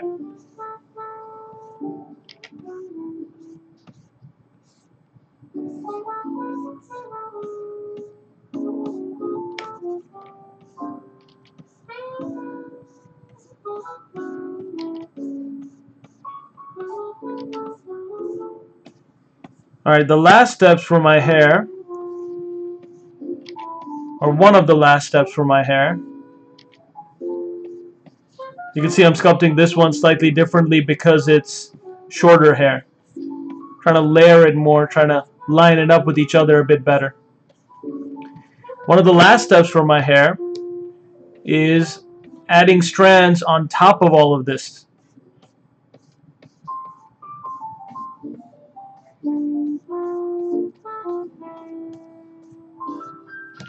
So what do I mean by that? On top of all of the base sculpt, whatever we are happy with and we like, I'm going to switch to a different brush called Dylan Ekron's Hair Tubes. So DE, Hair Tubes brush. And this is similar to adding, like, let me show you the basics of it. Like if I just go to a curve tube brush, this is what we're doing. It's a curved tube brush that we can drop on top, and instead of it just burying through the mesh, it's more like a curved tube snap. So it kind of sticks on top of the mesh and adds a tube that we can refine and use it to add volume. So that's kind of what, you know, Dylan Ekron's brush does. It's a curved tube brush but it's a custom one. And it's one which has a bunch of these different types of different thickness built in. So when I draw it out now, large enough height. Let's go with multi. Now you can see a lot of things, different things happening. It's pretty low res. You can see it's tapering from small to big, but it's tapering in the wrong direction. So we might want to split the might want to change the direction of it in the curve palette. But basically, it's its own mesh with a lot of different pieces on it. So you can move it around after the fact too, and kind of find where you like it the most, and use it to basically augment the hair base that you've already sculpted. You can drop it, and you can bury parts of it in the mesh too. So I use Dylan Eckeron's brush basically to polish the hair once I've done my base.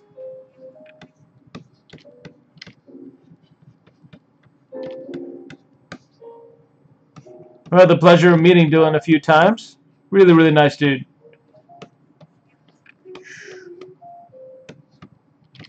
Always very interested in all my different projects going on.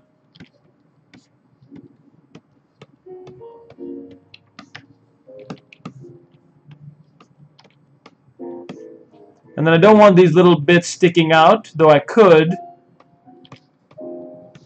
Basically just is a great way to add detail onto the mesh.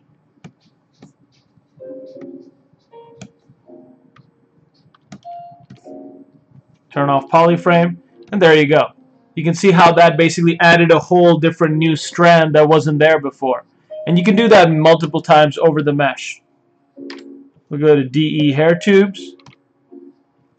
Instead of multi-thick B, I'll try thick A. Change my size and just draw it out. Tweak it a bit. Drop it. Move it in place. You can tap smooth time to time.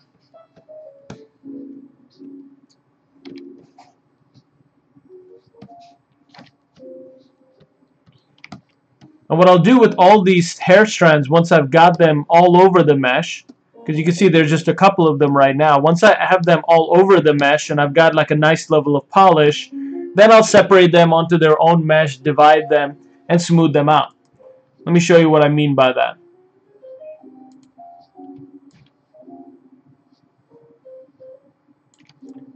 So I'll select everything but those hairbrush pieces, and I'll split unmask points after reversing my mask. And though they're super low res here, you can just come in and divide them. And now you can see how they add a nice sharp level of detail on top of my existing hair flow. So first you've got to find the flow, and then you can go in and add this stuff on. Don't start by just adding pieces. Figure out the flow, figure out the clumps, and then you can do that. Alright guys, that's it for my stream this morning. Covered a few different things, tried a few different things. Definitely got to work on my hard surface. Definitely got to improve my workflows for just adding panels and sharp stuff. But I got rocks and hair down, so glad I was able to show you that relatively quickly. Thanks for joining, as always. Thanks for joining all. And I will see you guys next week. Let's see.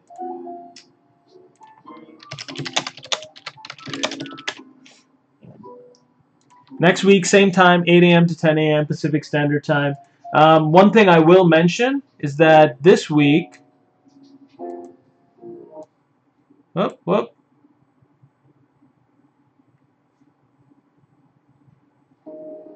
Everything got stuck there for a second. Alright, one thing I will mention is that this week is DesignerCon, this weekend. So I've got all my Fungus Ores toys that I'm launching there this weekend. So if you guys do get a chance to come out, come find me, and I'd love to show you my toys at DesignerCon. That's going to be at Anaheim Convention Center. And you can check out all of my stuff and come meet me in person if you're in LA. Alright guys, that's it for the stream. See you next week. Bye.